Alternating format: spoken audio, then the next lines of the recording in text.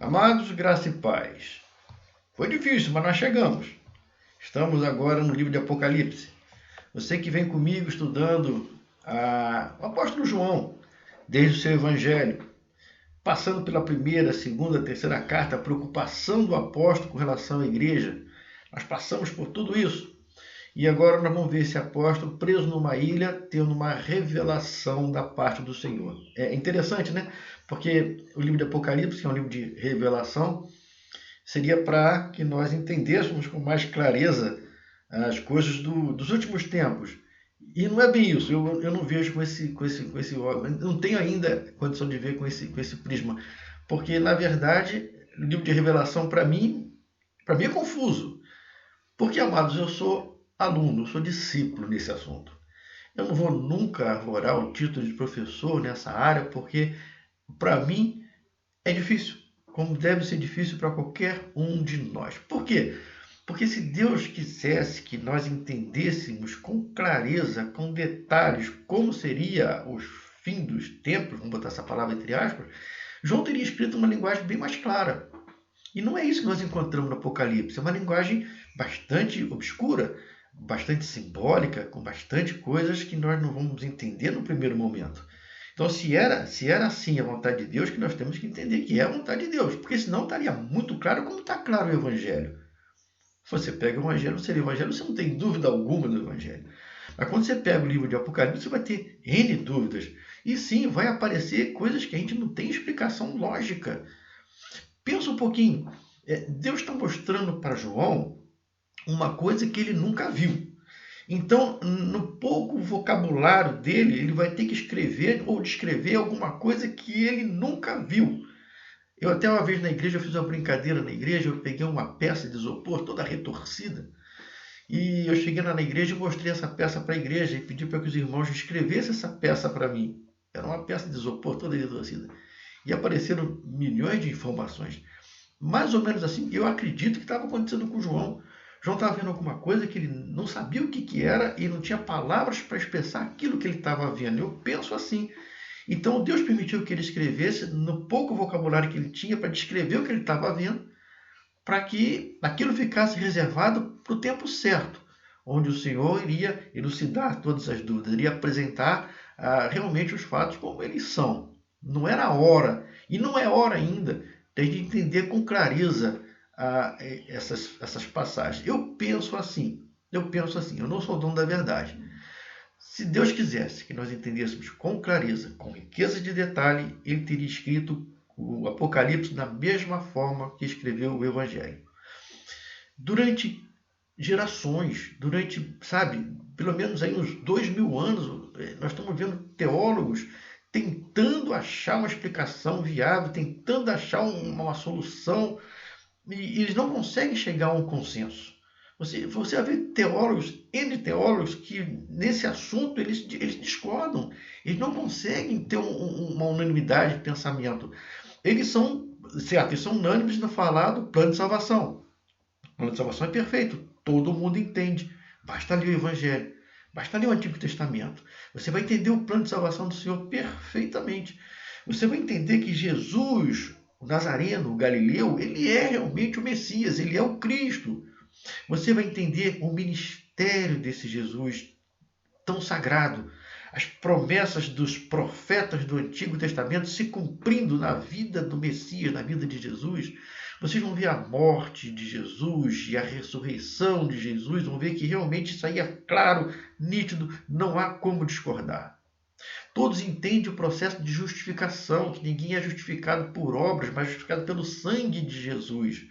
Com relação à santificação, todos eles são unânimes em falar que nós devemos buscar a santificação, porque sem santificação ninguém vai ver Deus. Tudo isso é uma unanimidade de pensamento, praticamente nas igrejas que eu frequentei. Entretanto, no que tange a escatologia, aí não. Aí há problemas, aí há divisões, aí há denominações, aí há grupos, até mesmo dentro da mesma igreja, há grupos que interpretam e entendem de maneira diferente. Aí ninguém consegue chegar a um consenso. Deixa eu falar um pouquinho da minha vida para vocês. Eu comecei minha vida profissional na Força Aérea Brasileira.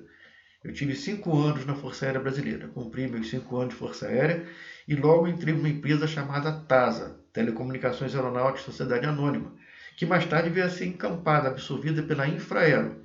E eu fiquei na Infraero até a minha aposentadoria. Do tempo de FAB até o tempo de Infraero, na minha aposentadoria, eu conheci muita cidade nesse nosso país. Por força da profissão mesmo. Então eu trabalhei em várias cidades, em vários locais desse meu Brasil e frequentei igrejas de várias localidades desse meu Brasil. Eu sempre tive uma afinidade com o pensamento batista. Eu não estou falando aqui que o batista é o certo, não é isso que eu estou falando. Estou falando que eu, particularmente, sempre tive uma afinidade com a doutrina batista. Não estou falando também que ela seja perfeita. Estou falando que eu, Jorge Maia, tenho mais afinidade pela doutrina batista. As demais também são excelentes, mas eu particularmente me identifiquei com a batista e eu me mantive na igreja batista. Entretanto, nessas minhas mudanças de cidade, de lugar, eu frequentei várias igrejas. Igreja Metodista, Igreja Presbiteriana, Assembleia de Deus e outras também. Frequentei várias igrejas e aprendi muita coisa e ouvi muita coisa dessas igrejas. Mas no que tange a escatologia, no que tange as coisas dos últimos tempos, nenhuma delas se afinam. Até mesmo dentro da própria denominação batista, eu frequentei igrejas batistas que num local pensavam de um jeito, do outro local pensavam completamente diferente. Isso aí eu vi. Quando eu me aposentei, eu estava lá em Belém. E lá em Belém, já nos últimos anos já da minha carreira profissional, Deus me permitiu fazer um seminário. Então, lá em Belém, eu frequentei o Seminário Teológico Batista Equatorial, ou Faculdade Teológica Batista Equatorial. E lá eu me formei na faculdade, bacharel em teologia. Mais tarde eu vim para Valença, e aqui em Valença, com a ajuda dos pastores aqui da região, fui ordenado pastor e estou pastoreando a Igreja Batista em Rio das Flores. Onde eu quero chegar? Quero dizer para você que nessa minha vida meio nômade, eu tive vários contatos. Mas um caso me chamou muita atenção, uma experiência que eu vivi em Vitória, no Espírito Santo, que me chamou muita atenção. Eu frequentava uma igreja lá em Vitória, e era uma igreja pentecostal. Eu frequentava essa igreja pentecostal. E com o tempo, eu ficando na igreja, dali a pouco fui ordenado diácono e tá tudo bem, eu estou na igreja. Até que um dia o pastor precisou viajar e pediu para que eu levasse a mensagem no domingo à noite. Muito bem, eu fui para o púlpito e preguei sobre escatologia. Ah, meu filho. Quando o pastor voltou, ele me chamou. Ele me chamou e foi assunto de gabinete. Ele tratou comigo como uma repreensão de gabinete, onde ele falava assim, o que você falou no púlpito não existe. Não é assim que a coisa funciona. E ele me explicou então qual é o ponto de vista da igreja com relação às coisas do último tempo. Eu pedi desculpa, mas eu fiquei com aquela pulga atrás da orelha. Por quê? Nas outras igrejas que eu frequentava, antes de frequentar essa igreja, esse assunto era um assunto normal e perfeitamente inteligível, todos entendiam, mas por que nessa igreja existe essa aversão e eu fui chamado, fui questionado, fui arguído por aquilo que eu tinha falado na igreja? E, de certo modo, eu atrapalhei, sim, o pensamento da igreja, porque enquanto eu fazia a explanação daquele texto que eu li, eu percebia que os irmãos estavam cada vez mais assustados com o que eu estava falando, porque eles tinham conhecimento e eu estava trazendo alguma coisa nova e aparentemente repugnante. Mas o que é novo e repugnante para eles, para as outras igrejas que eu frequentei, era perfeitamente aceitável. Então nós tivemos um problema, e é esse o problema que eu vejo que existe até hoje. É um problema enorme nas nossas igrejas, entre nós cristãos, quando chega nesse assunto. Aqui é um problema sério e nós temos que gerenciar isso aqui. Olha, além da linguagem figurada do livro de Apocalipse, que nós vamos ter que entender um pouquinho, existem teólogos que falam que essa linguagem figurada era João se referindo aos seus dias, ao que estava acontecendo nos seus dias, ao Império Romano, aos judeus que estavam ali perseguindo os cristãos, aqueles que falam que não, é uma parte para aqueles dias e uma parte para o futuro, aqueles que falam que não, que é exclusivamente para o futuro. Então essa linguagem figurada já traz um certo desconforto. A verdade é essa. Deus pode me desculpar, mas às vezes você não entende, você fica confuso, você quer entender, isso traz um desconforto. Com relação ao milênio, meu filho, com relação ao milênio, então a coisa fica mais complicada ainda. Todos são cristãos. Todos aceitam a Cristo como seu único e suficiente Salvador. Mas quando fala em milênio, você vê que existe uma corrente pós-milenista, uma corrente pré-milenista, uma corrente amilenista e tem corrente que nem conhece nenhuma das três. Tem igreja que não conhece nenhuma das três, que prefere nem tocar nesse assunto. Céu é um outro problema também. Eu me lembro uma vez que eu estava na sala de aula, lá em Belém, quando um irmão falou para o professor que, mas quando eu for para o céu, o pastor olhou para ele e riu e falou assim, você vai para o céu? Eu não vou. Aí todo mundo levou um susto, como assim? Eu vou para Nova Jerusalém. Eu vou para um lugar chamado Nova Jerusalém. Você vai para o céu? Aí criou aquela dúvida, pessoal, aquele sorriso amarelo na cara, ninguém entendia. Mas esse também é um questionamento que a gente vai fazer durante o estudo de Apocalipse.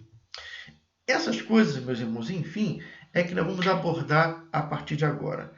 Então, eu abri o canal de comunicação porque vai aparecer dúvidas, com certeza vão aparecer dúvidas e outros posicionamentos, e outros questionamentos.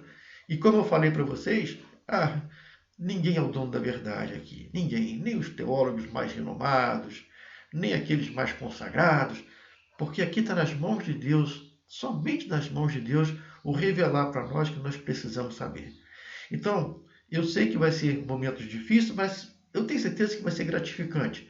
Quando a gente parar um pouquinho para começar a mastigar mesmo, não engolir qualquer coisa não, mastigar para poder entender bem o que o Senhor tem reservado para nós e no seu futuro. E aquilo que o Espírito Santo nos permitir entender e aceitar. Esse é o propósito desse grupo, desse estudo, que veio comigo desde os evangelhos. Esse é o propósito, chegar aqui com a mentalidade de João, sabendo os problemas que João vivia, o problema que João estava vivendo, para poder chegar agora a entender por que desse livro, por que dessas colocações, e nós vamos buscar na palavra de Deus uma coerência, um entendimento mais profundo desse livro. É um desafio? É um desafio. Alguns vão desistir? Certamente alguns vão desistir. Certamente. Faz parte. É assim qualquer campanha, assim qualquer batalha. Alguns desistem. Mas fiquem firmes comigo, meus irmãos. Fiquem firmes comigo. Me ajudem, porque nós vamos chegar no final desse livro muito mais enriquecidos com relação à palavra de Deus. Vamos lá, vamos estudar o Apocalipse. Se Deus permitir, logo, logo voltarei trazendo as primeiras lições, vamos dizer assim, né, entre aspas, desse livro. Fiquemos todos com Deus. Até lá e vamos lá.